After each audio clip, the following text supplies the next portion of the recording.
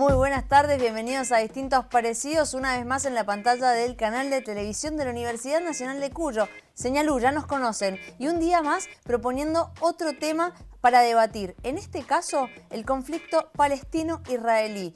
Continúa el conflicto en Medio Oriente. En diciembre, Donald Trump, presidente de Estados Unidos, reconocía a Jerusalén como capital del Estado de Israel.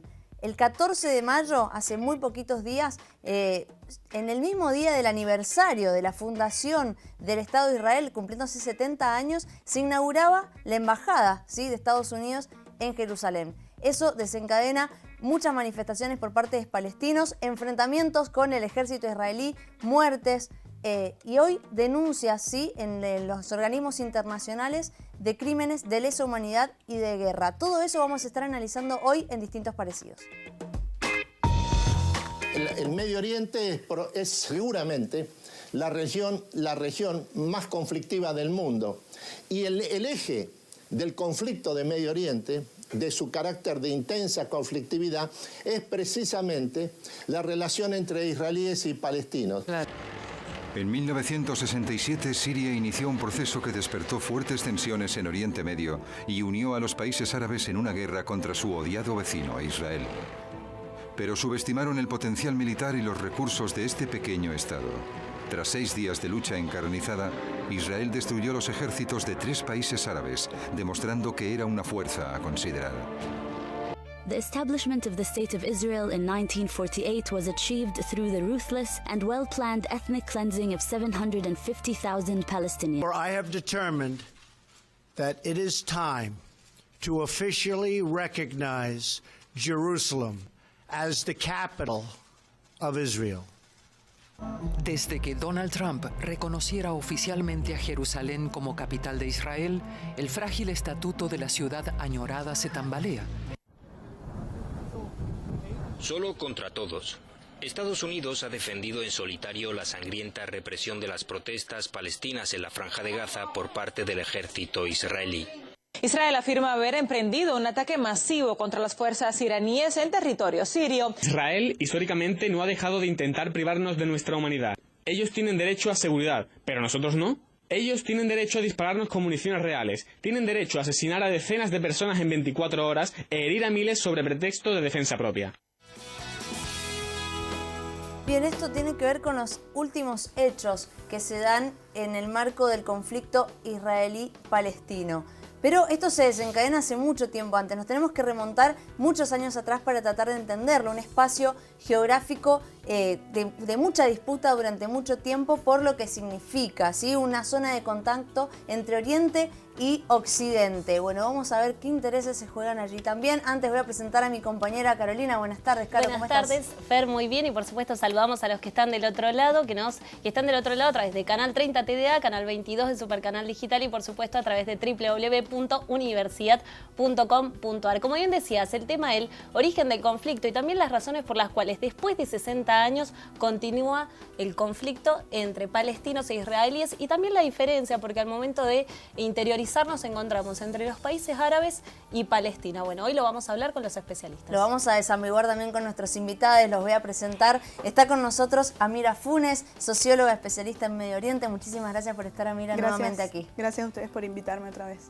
Bien, y Emanuel Montaldi, muchísimas gracias también por estar, licenciado en Relaciones Internacionales, y también, nuevamente, gracias por estar acá. Bueno, muchas gracias. También segunda vez. Exactamente, exactamente. Bueno, vamos a intentar entender un poquito qué pasa con este conflicto en Medio Oriente. Vamos a la columna de Caro y arrancamos el debate de todos los días. Así es, bueno, en la primera placa vamos a estar relacionado tiene que ver con el origen del conflicto y nos remontamos a 1947, cuando las Naciones Unidas aprobaron la resolución 181 que ponía fin al mandato británico de Palestina y que dividía el territorio en 2 estados, uno judío y otro árabe palestino. A su vez, el área de Jerusalén y Belén debido a su importancia histórico-religiosa, hoy lo vamos a conversar con los invitados, estarían en una zona internacional que a partir de ese momento sería administrada por la ONU. Sin embargo, este plan de partición fue rechazado por parte de los estados árabes vecinos y de los propios árabes que vivían en Palestina. Y tuvo como consecuencia a partir de ahí una guerra civil en este territorio seguida de la guerra árabe-israelí de 1948 y los sucesivos enfrentamientos entre árabes y judíos que se mantienen hasta la actualidad. El 14 de mayo de 1948, el último de los soldados británicos abandonó Palestina y los judíos declararon en Tel Aviv la creación del Estado de Israel de acuerdo al plan previsto por las Naciones Unidas. Así que de esta manera comenzamos el debate del día de hoy. Bien, ¿este quizás sea una solución a un conflicto que ya venía o no fue una solución? Digo, para empezar a entender un poco el conflicto palestino-israelí, ¿cómo se origina? Podríamos decir que la creación del Estado de Israel dio solución a lo que históricamente muchos intelectuales han llamado la cuestión judía. Pero al mismo tiempo creó otra cuestión, que es la cuestión palestina. O sea, hay un texto de Marx que se llama La cuestión judía, muchos filósofos y movimientos políticos de los más variados colores, desde la izquierda hacia la extrema derecha, desde mediados del siglo XIX, principios del siglo XX, planteaban la cuestión de los millones de judíos que habitaban Europa, principalmente Europa del Este. En 1948, la creación del Estado de Israel, la posibilidad de que los judíos que venían de atravesar un holocausto pudieran establecerse en ese Estado recién fundado, de alguna forma dio una solución a lo que se llamaba la cuestión judía, pero al mismo tiempo creó la cuestión palestina, es decir, qué hacer, qué resolución, qué mecanismo de convivencia establecer para que también los palestinos puedan acceder a un Estado con continuidad territorial, con seguridad y que puedan vivir bajo unas condiciones dignas, no como las que actualmente están padeciendo. Bien. Amira, ¿cómo explicarías el conflicto palestino-israelí? Bueno, como dice él, obviamente esos son los orígenes, la resolución de ese problema. Y también hay que tener en cuenta cuando se intentó solucionar la cuestión judía creando un Estado, porque bueno, era el derecho a la autodeterminación de los pueblos, ellos tenían obviamente su derecho a establecer un Estado judío bajo sus propias reglas. La creación de un nuevo Estado donde ya existe una población fue el principal problema, que en un momento se negó. Eso es uno de los primeros, eso es uno de los mitos que constituyen los mitos de la creación del Estado de Israel. Esos son unos ejes claves. Uno de esos mitos es justamente que era un territorio vacío. Un territorio donde era susceptible de llevar una población totalmente distinta e instaurar un Estado, un nuevo Estado. No es que a partir del 1948 comenzaron a habitar los judíos en territorio palestino. Esto venía desde mucho antes y convivía en una relativa armonía, pero eso es una cosa es convivir distintas personas con distintas religiones. Recordemos que el judaísmo es una religión, no es una nacionalidad. Pueden convivir con palestinos, con árabes, con musulmanes, que eso también es una religión, con cualquier persona. El problema se desata cuando se quiere instaurar un Estado exclusivamente judío, donde en ese momento se dice que habían 400.000 palestinos en el momento de la creación, donde comienza la inmigración masiva previo a la instauración del Estado, lo que obviamente va aumentando por la normal reproducción de las sociedades. Entonces ese es uno de los componentes principales de este conflicto, querer reemplazar una sociedad por otra. ¿Qué porcentaje había en ese momento de judíos en el lugar? Eran minoría, eran claramente una minoría. Por eso me parece muy pertinente lo que aquí se acaba de decirse. El punto de partida de la fundación del Estado de Israel es totalmente falso. Era un eslogan que decía lo siguiente: un pueblo sin tierra para una tierra sin pueblo. es decir, dando a entender que la Palestina histórica, aquella Palestina que estuvo primero bajo dominio del Imperio Otomano y luego bajo mandato británico, era un desierto inhabitado. Y eso es falso. Había una población secular habitando esos territorios y desde fines del siglo XIX, cuando comienza a llegar a cuentagotas los primeros colonos judíos, la relación de convivencia era viable. El problema, reitero lo que aquí se acaba de decir, es cuando se quiere fundar un Estado exclusivamente judío. ¿Y por qué se establece un Estado judío o el Estado de Israel en ese territorio? ¿Por qué la importancia de ese territorio? Bueno, primero porque hay una cuestión ancestral, milenaria o bimilenaria, que remite a cuestiones religiosas. Yo no soy muy partidario de ese tipo de explicación para entender el conflicto actualmente. Claro, pero vamos hacia el pasado para intentar... Pero en realidad el movimiento sionista, que tiene el enorme mérito de haber creado el Estado de Israel, nace en 1897, fundado por un periodista, Teodoro Herzl, que había nacido en Hungría, perteneciente en ese momento al Imperio Austrohúngaro, y lo que buscaba para dar una solución al crónico y sistemático antisemitismo que sufrían los judíos en Europa era buscar algún lugar que pudiera ser habitable para los judíos y proceder a un traslado masivo de la población judía.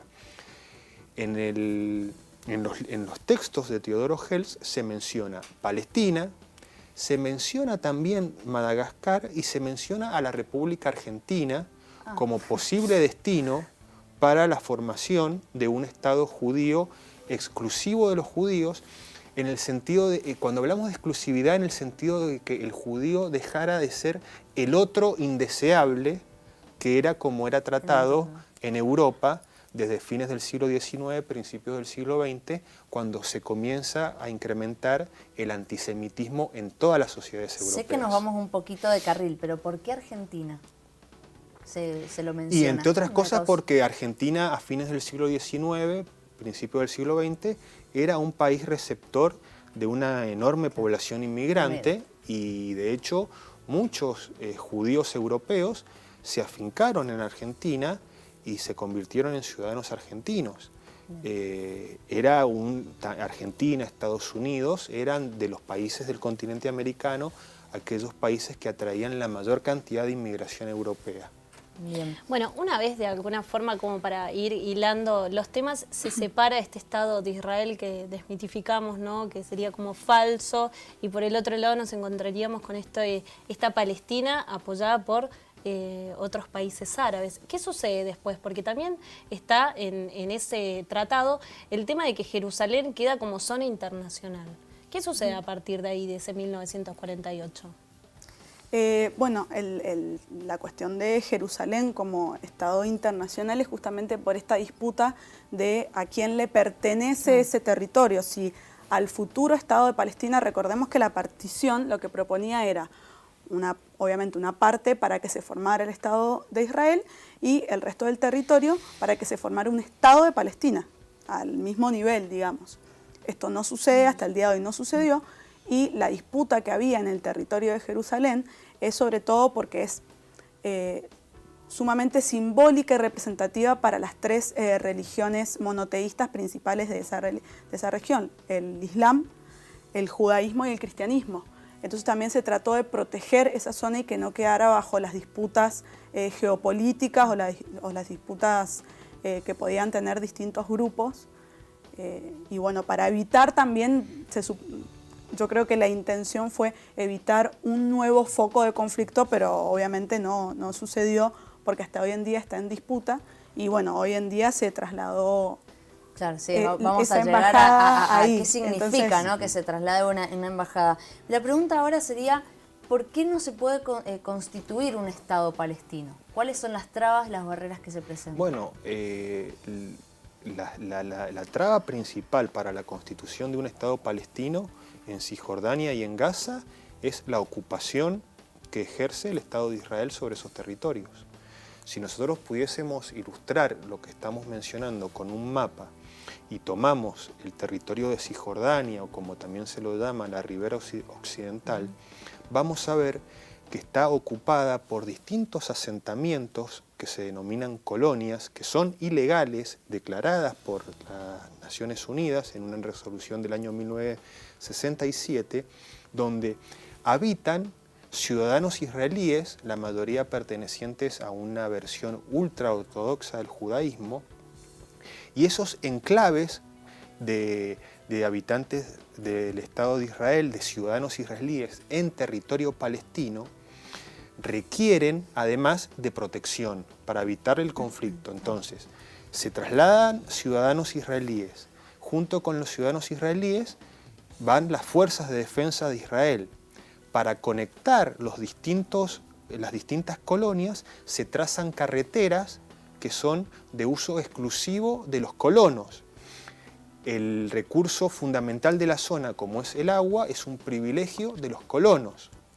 Hay provocaciones de todo tipo y hoy nos encontramos que las principales ciudades palestinas de Cisjordania están totalmente rodeadas de colonias, de carreteras y de fuerzas de ocupación de Israel que tornan la vida cotidiana de ese pueblo insufrible, impracticable. Emanuel, ¿y por qué sucede eso? ¿Por qué Israel sigue avanzando en el territorio de Palestina? Porque ese es el proyecto original del sionismo, porque el sionismo, que es una versión política del judaísmo, hay otras versiones, el sionismo aspira a configurar un Estado judío que abarque desde el Mediterráneo hasta el Jordán.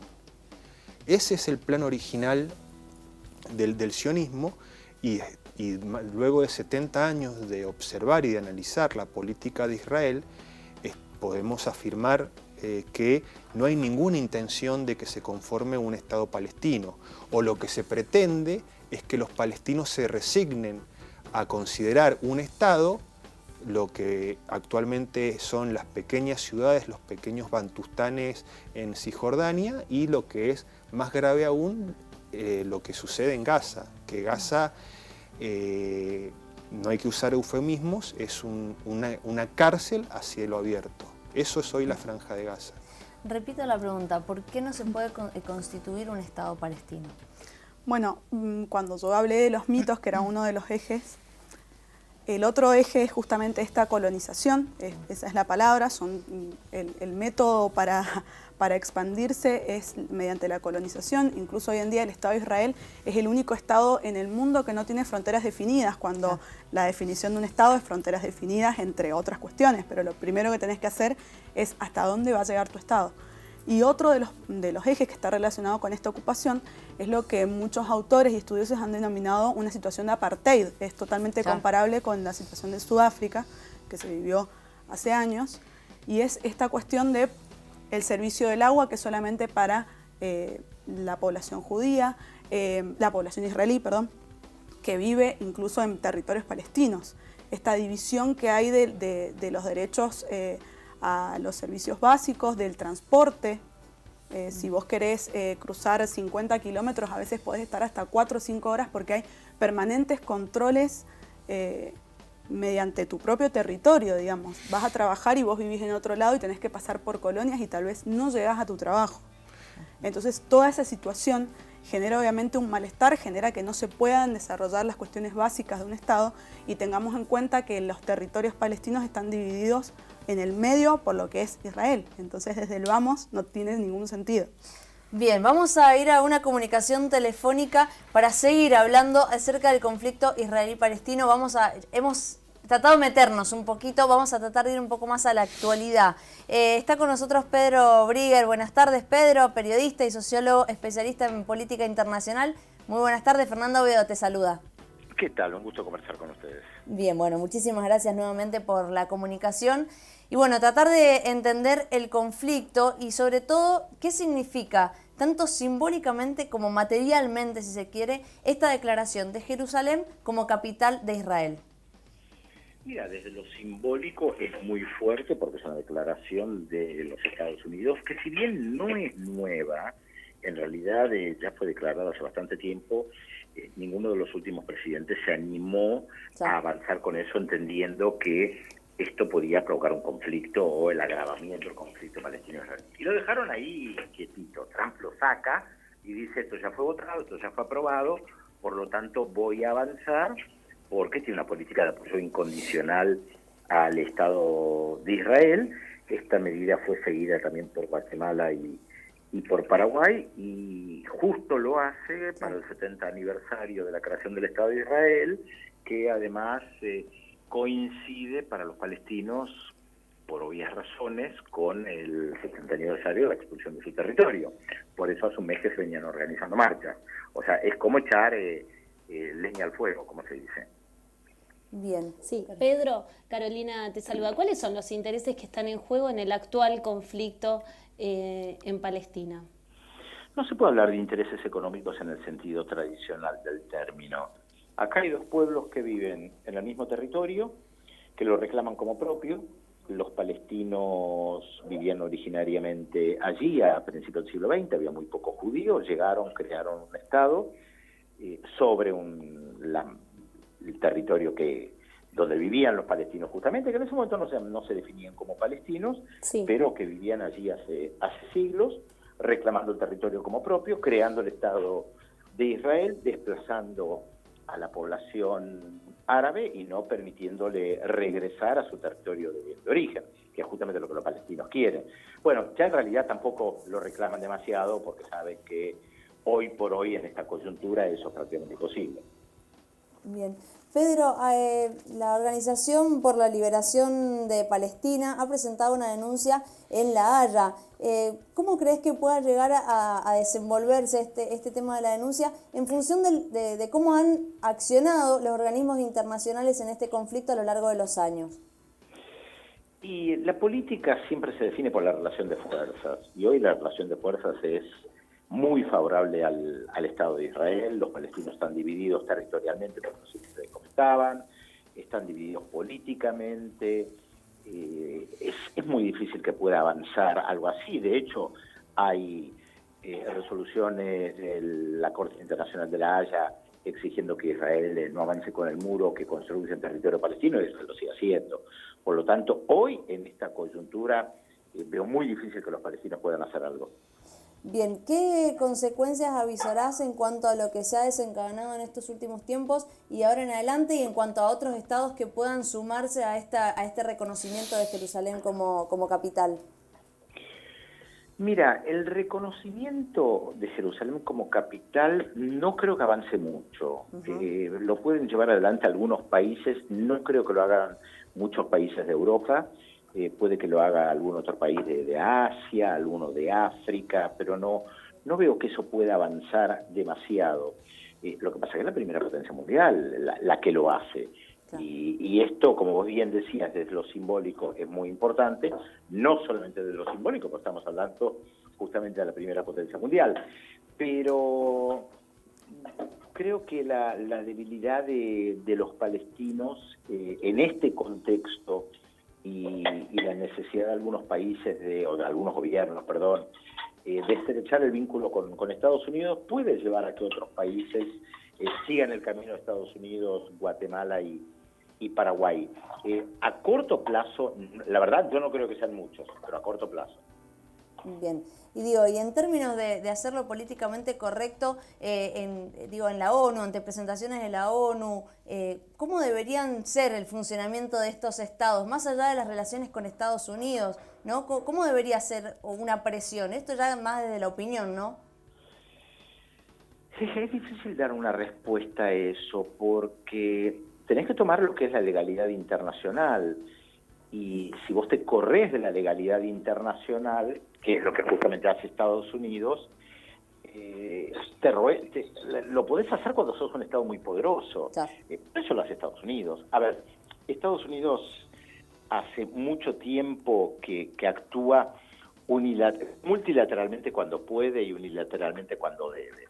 Esta es una frase famosa de Madeleine Albright, que fue secretaria de Estado de los Estados Unidos en la época de Bill Clinton. Ella decía, se lo traduzco, multilateralmente cuando se puede, unilateralmente cuando se debe. Lo traducimos. Si logramos el apoyo del resto de los países, actuamos en el marco de la Naciones Unidas. Si no lo logramos, como es este caso, actuamos de manera unilateral. Es exactamente esto que está haciendo Donald Trump. ¿Por qué lo puede hacer? Porque la primera potencia mundial. Es lo único que lo explica. Bien. Pedro, te agradecemos muchísimo la comunicación con Distintos Parecidos y bueno, quedaremos en contacto para seguir tratando de entender este tipo de conflictos. Por supuesto, gracias a ustedes por haberme llamado. Muchísimas gracias nuevamente. Bueno, y con esta comunicación y con algunas cosas para seguir hablando, para seguir debatiendo y para tratar de entender lo que pasa, a veces se diría lejos, pero no es tan lejos. Nos vamos a un corte, el primer corte del día, pero antes les recuerdo redes sociales, estamos en Facebook y en Instagram como Distintos Parecidos y en Twitter como @dpsenaluz. Pequeño corte y enseguida continuamos con más.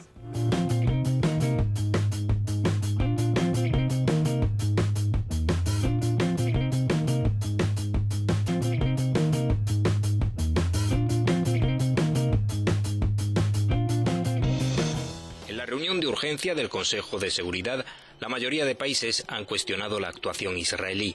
El Reino Unido ha pedido una investigación independiente. El representante israelí se ha defendido asegurando que las manifestaciones no son pacíficas y ha acusado a Hamas de utilizar como rehenes a la población y de colocar a niños en la primera línea de fuego. Países que van a tomar estas medidas lo que hacen es seguir el camino de Estados Unidos para ir con el bando vencedor, pues muchos de ellos tienen relaciones de distintos tipos, históricas o comerciales. Entre los estados que se alinean a seguir el ejemplo de Estados Unidos están Guatemala, Honduras y Paraguay. ¿Qué consecuencias tendrá la polémica decisión a largo plazo?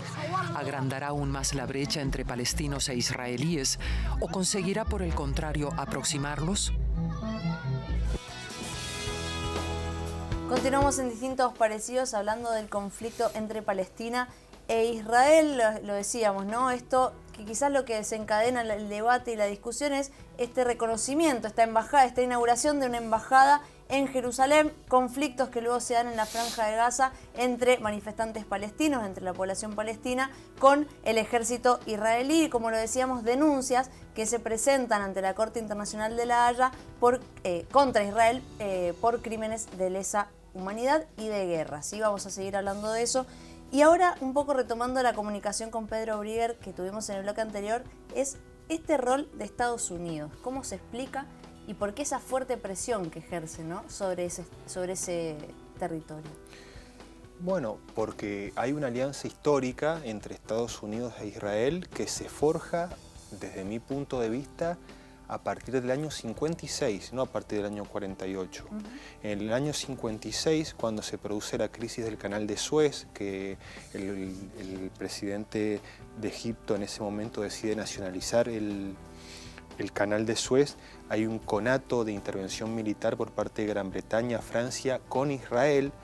Es un estrepitoso fracaso y eso marca, si se quiere, el ocaso del predominio del Medio Oriente de las dos grandes potencias imperialistas de la primera mitad del siglo XX, Inglaterra y Francia. Y le permite a Estados Unidos, que había salido sumamente empoderado de la Segunda Guerra Mundial, acuñar una alianza con Israel y redefinir con Israel y otros aliados de la región la política sobre una zona tan sensible como es la de Medio Oriente, no solamente por los recursos naturales, esto puede ser remanido, sino también porque, como vos mencionaste, es un puente natural que une Asia con Europa, también parte del continente africano, y es una zona dentro de la geopolítica mundial importantísima. Pero muchas veces, me permito este excurso, muchas veces preguntamos cuál es el rol que cumple Estados Unidos. ¿Y por qué no nos preguntamos cuál es el rol que cumplen los países árabes de la región? Que en los organismos internacionales se llenan la boca hablando de solidaridad con el pueblo palestino, pero en los hechos lo dejan absolutamente indefenso y abandonado frente a una maquinaria bélica como es la del Estado de Israel, que por lejos la más poderosa de la región. Emanuel, ¿a qué países árabes te referís? Bueno, tomemos el caso de Gaza. La Franja de Gaza es un enclave costero de 364, 370 kilómetros cuadrados, donde viven hacinados 1.900.000 palestinos. Es, después de Hong Kong y Singapur, la zona del planeta con la densidad de población más alta del mundo. Está cercada, bloqueada por tierra, por mar y por agua por Israel. El único paso fronterizo que permitiría aliviar la situación calamitosa, paupérrima en la cual vive el pueblo gazatí es el paso de Rafah, que une a Gaza con Egipto. Ese paso está bloqueado y se requiere de una autorización para poder pasar de Gaza a Egipto. ¿Quién bloquea ese paso? El dictador egipcio Abdel Fattah al-Sisi, que es un mariscal, un hombre del ejército egipcio que ejerce una dictadura sobre el pueblo egipto y que es también un aliado incondicional de Estados Unidos y de Israel en la región. ¿Qué es lo que hace Arabia Saudita, el país más importante árabe del Medio Oriente por el pueblo palestino? No hacen nada. El pueblo palestino está en un estado de orfandad absoluta y con los pocos medios que tiene trata de hacer lo que puede para ya llevar adelante una lucha de carácter existencial. Repito la pregunta, ¿no?, en cuanto a esta presión que ejerce Estados Unidos, pero bueno, por supuesto tomando lo que nos dice Manuel en cuanto al rol que cumplen los demás países árabes vecinos. Sí, con respecto a ese rol, obviamente, bueno, lo que hablábamos incluso antes de empezar el programa sobre la diferencia esta entre si el conflicto es árabe-israelí, palestino-israelí. En sus inicios obviamente era árabe-israelí porque la presencia de un Estado judío obviamente es la presencia de una potencia occidental, es así, en una región donde claramente siempre ha tenido conflictos con Occidente, más allá de las alianzas que se pueden ir haciendo, es claramente una región con un pensamiento y una forma de manejarse distinta en muchos de sus países. Obviamente podemos hacer excepciones como Arabia Saudita o Egipto, que es un gran aliado. Entonces, bueno, esta cuestión de los países árabes en su momento, sí, fue como, bueno, defendamos lo árabe, realmente el sueño de una gran nación árabe. Y en la guerra del 67, cuando en 6 días el ejército de Israel terminó con todo el armamento y lo potencial que tenían los países árabes que se habían unido contra Israel, ahí dieron marcha atrás, dijeron, bueno, vamos a solucionar nuestros propios problemas, por decirlo de alguna manera, vamos a dejar esta cuestión panarabista que se le dice, nos vamos a enfocar en yo soy Siria, yo soy Líbano y vamos a hacer eso. Y ahí es cuando también surge esta identidad palestina que se le dice. Como dijo Pedro, en el inicio de todo esto no eran palestinos, eran árabes. En esta coyuntura, la propia gente de la región dijo, bueno, somos nosotros, tenemos que forjar nuestra identidad y obviamente bogar por un Estado palestino, dan un Estado árabe, un gran Estado árabe. Y esta presión que ejerce Estados Unidos y los países alrededor es justamente eso. Estados Unidos apoyando a Israel, que es uno de los focos de conflicto en Medio Oriente, uno de los más importantes para que hoy en día no exista una relativa paz, porque claramente no solamente Israel tiene influencia en el territorio palestino, sino que obviamente está en conflicto con distintos países. Y por otro lado, esta ignorancia o esta indiferencia, no es ignorancia, es indiferencia de los países árabes respecto a lo que está pasando. Bien, quiero llegar también a esta indiferencia, no solamente de los países árabes, ¿no? Y ya llevarlo un poquito más, como lo hablábamos también antes de entrar al estudio. La pregunta es, ¿cómo se sostiene hoy un Estado israelí? ¿Cuáles son los recursos que tiene? Bueno, en primer lugar es una potencia, algo mencionábamos, es un país extremadamente rico. El PBI per cápita de Israel alcanza los $40.000 por persona, por habitante. Es un país que a lo largo de sus 70 años de historia ha logrado muchísimos avances en lo que respecta a cuestiones de innovación tecnológica, muchas de ellas en un primer momento orientadas a fines militares, pero que luego tienen su respectiva aplicación civil.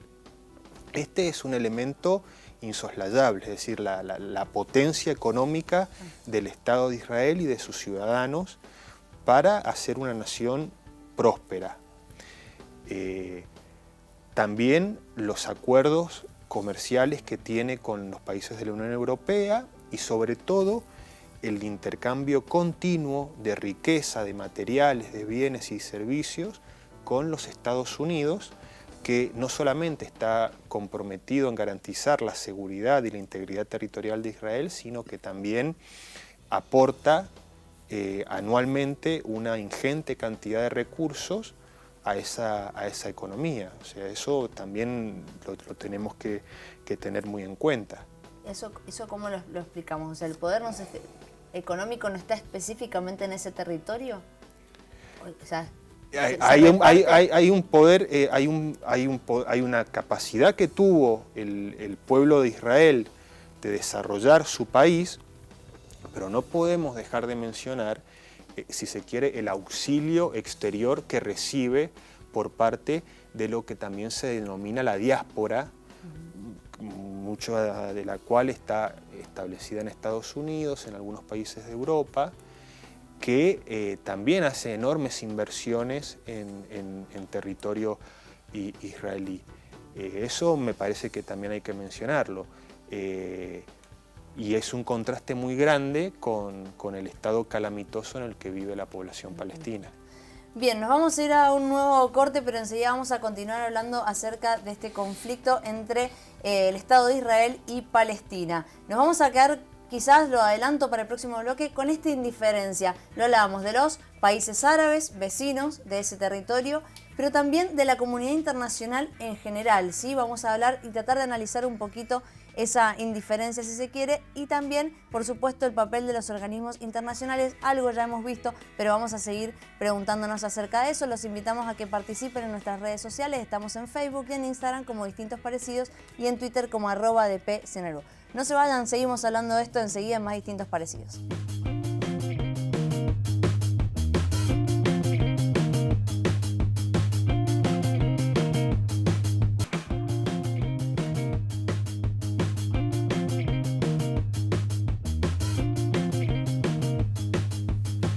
Continuamos en Distintos Parecidos hablando del conflicto israelí-palestino, ¿sí? Conflicto que se desarrolla desde hace muchísimos años y que vamos a intentar ver si hay algún tipo de solución a esto. Antes de meternos en lo que decía en el bloque anterior con respecto a la indiferencia de los distintos estados a nivel internacional y también de los organismos internacionales en ese funcionamiento, quería preguntarle acerca de, bueno, muchas veces se escuchan argumentos que tienen que ver con el pasado, por eso es quizás este recorrido histórico, ¿no?, que hacíamos al principio, para sostener un conflicto en el presente. Y la pregunta es para los dos, pero bueno, ¿por qué se puede llegar adelante eso, ¿no?, el sostener tipo de argumentos hasta el día de hoy?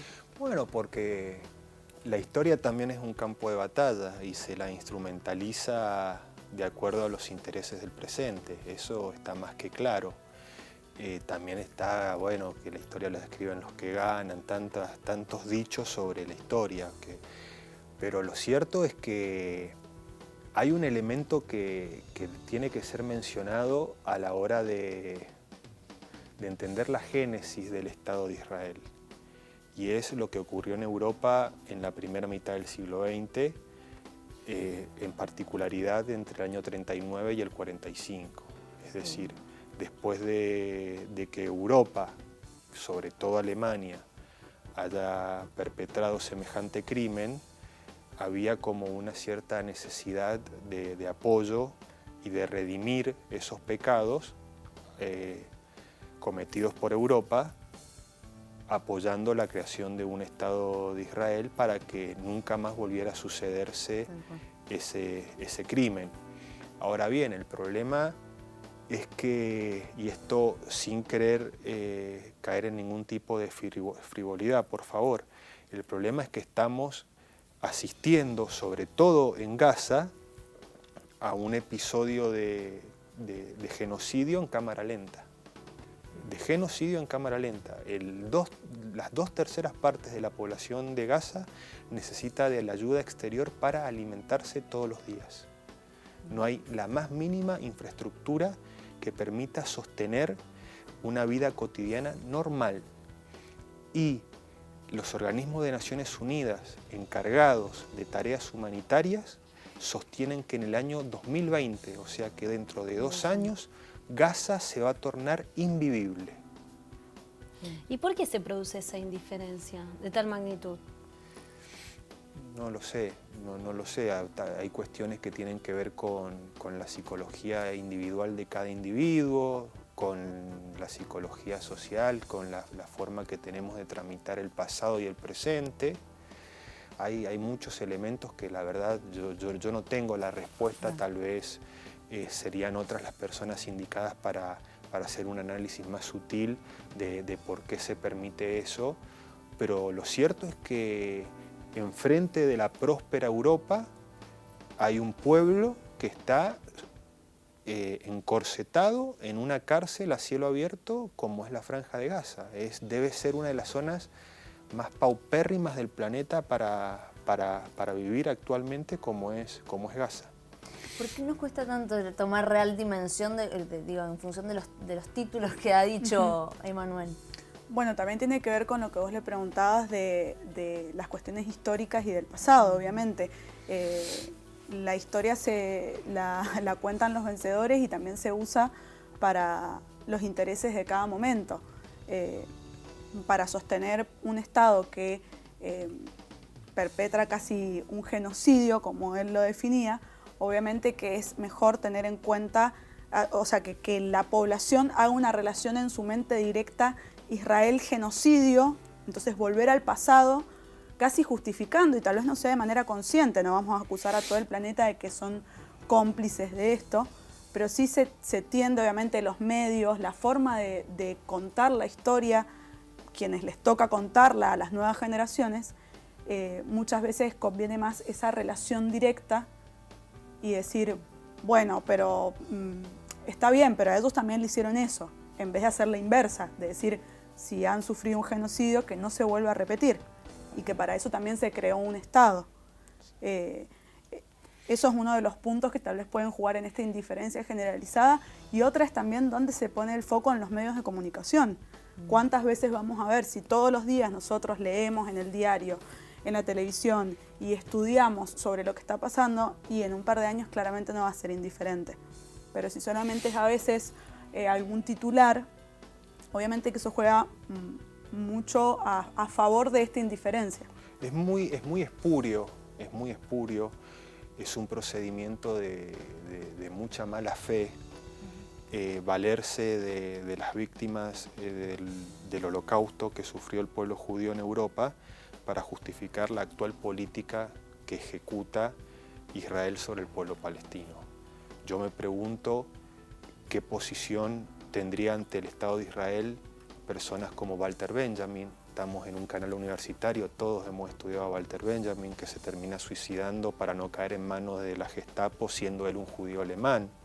¿Qué posición tendría frente al Estado de Israel Hannah Arendt, Rosa Luxemburgo, León Trotsky y tantos otros importantísimos personajes de la historia cultural, Sigmund Freud, de la historia cultural, intelectual de Europa, que hicieron aportes valiosísimos a la cultura europea desde una perspectiva humanista, frente a los personajes que actualmente gobiernan el Estado de Israel, como Benjamin Netanyahu, y peor aún su ministro de Defensa, Avigdor Lieberman, que es parte de un partido político que se llama Israel Beitenu, que quiere decir Israel nuestra casa, y que es el que tiene las posiciones más radicalizadas respecto a lo que hay que hacer en Gaza, llegando a decir de que el problema de Gaza se soluciona con una bomba atómica.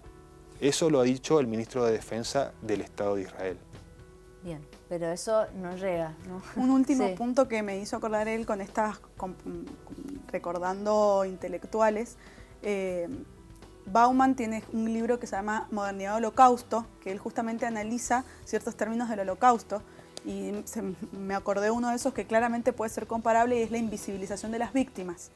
Él lo analiza en ciertos ejes, no tanto como buenos y malos, sino decir, bueno, ¿cuál fue el proceso para que algo como el Holocausto pudiese suceder adelante del mundo? Hoy lo podemos pensar con los mismos términos, que es lo que vos preguntás, ¿cómo puede estar pasando? Uno de los ejes es eso, es la invisibilización de las personas. No sé hasta qué punto la mayoría de la población sabe lo que está pasando. Sí sabe Holocausto, lo sabés. Pero cual, no. Gaza en realidad no es un término que te remita a algo conocido. Entonces, invisibilizar a esas personas es un método para poder seguir haciéndolo. Si no existen en el imaginario, que a nosotros nos pase y quizás solamente nos llegan estadísticas y nos quedamos con esos números nada más. Sería bueno consultar también cuál es el rol de la ONU en la actualidad en esta situación.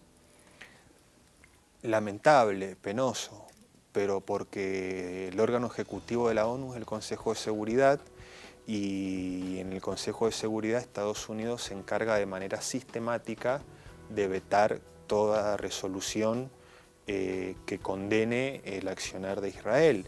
Hay resoluciones aprobadas incluso por Estados Unidos que exigen a Israel, la 242 del año 67, a devolver los territorios que conquistó en la Guerra de los 6 días, y que no se cumplen. Entonces es una sensación de impunidad la que se tiene muy grande.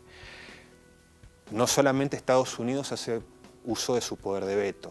Cuando se ha querido condenar a Siria por la guerra civil siria y al régimen de Bashar el-Assad, también Putin ha vetado las resoluciones condenatorias al régimen de Bashar el-Assad, y lo mismo puede hacer China si hay algún tipo de resolución que condene el accionar del Estado chino con el Tíbet. En fin, es un poder que tiene una élite de estados que son, bueno, los que salieron vencedores de la Segunda Guerra Mundial y que se sostiene todavía en el sistema internacional esa relación de fuerzas, pero que no deja de ser dinámica. Bien, en el 2012 la Asamblea General de Naciones Unidas admite, tras una votación, a Palestina como Estado observador, como Estado miembro observador. Implícitamente se puede llegar a leer, y se hacía ese tipo de lecturas, de un reconocimiento a la soberanía sobre el territorio. Pero bueno, a partir de ahí ya no hay algo más, ¿no?, que se exprese desde un organismo internacional. No, en realidad, bueno, el primer gesto que hubo como reconocimiento internacional y sobre todo de parte de Israel es justamente la hoja de ruta que se instaló con el acuerdo de Oslo en 1993. De ahí en más han tenido, la ONU ha tenido estas ciertas declaraciones, pero que en realidad no significan nada, por decirlo de alguna manera, sobre todo por este rol de la ONU que ya está obsoleto. Incluso la misma organización, en los últimos años se ha discutido mucho justamente eso, si la ONU realmente sigue sirviendo o si sigue teniendo alguna función de existir. En este caso, más allá de reconocerlo como miembro observador y que uno puede pensar, bueno, lo reconoce como potencial Estado. Hace mucho que se lo reconoce como potencial Estado. Se supone que desde el 1947 se reconoce como potencial Estado porque es lo que dijo, es lo que dictaba la partición de Palestina. Pero no tiene más repercusiones que esas, que un simple reconocimiento. Como ya para ir cerrando, ¿qué consecuencias ves que puede llegar a tener este conflicto de ahora en adelante, si puede llegar a tener una solución? No sé si han habido cambios sustanciales en sí en el conflicto en las últimas semanas. Obviamente la semana pasada que hubo este encontronazo, por decirlo así, en la frontera de Gaza, obviamente fue sumamente violento. Desde el 2014 que no se vivía una matanza a ese nivel, pero no sé si, desde mi perspectiva, si cambia algo en el conflicto en sí.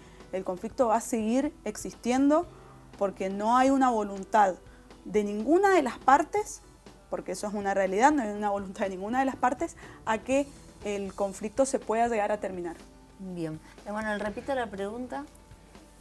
Yo, para cerrar, quisiera decir que si justamente, como acá decía la compañera, si durante el siglo XX el Holocausto fue sinónimo de del exterminio de 6 millones de judíos en Europa durante la Segunda Guerra Mundial, esperemos que durante el siglo XXI el término holocausto o exterminio, limpieza étnica, genocidio, no se asocie con el pueblo palestino. Porque eso es la perspectiva, ni siquiera me atrevería a decir mediata, sino inmediata, que se cierne sobre ese desafortunado pueblo. Retomo un poco lo que decías en una de las respuestas anteriores, que tiene que ver con voces, ¿sí?, de la cultura, de la intelectualidad, que en su momento se expresaron en función de un acontecimiento mundial. ¿Qué pasa hoy? ¿Hay tales voces? ¿Hay quien se plante desde una oposición o no?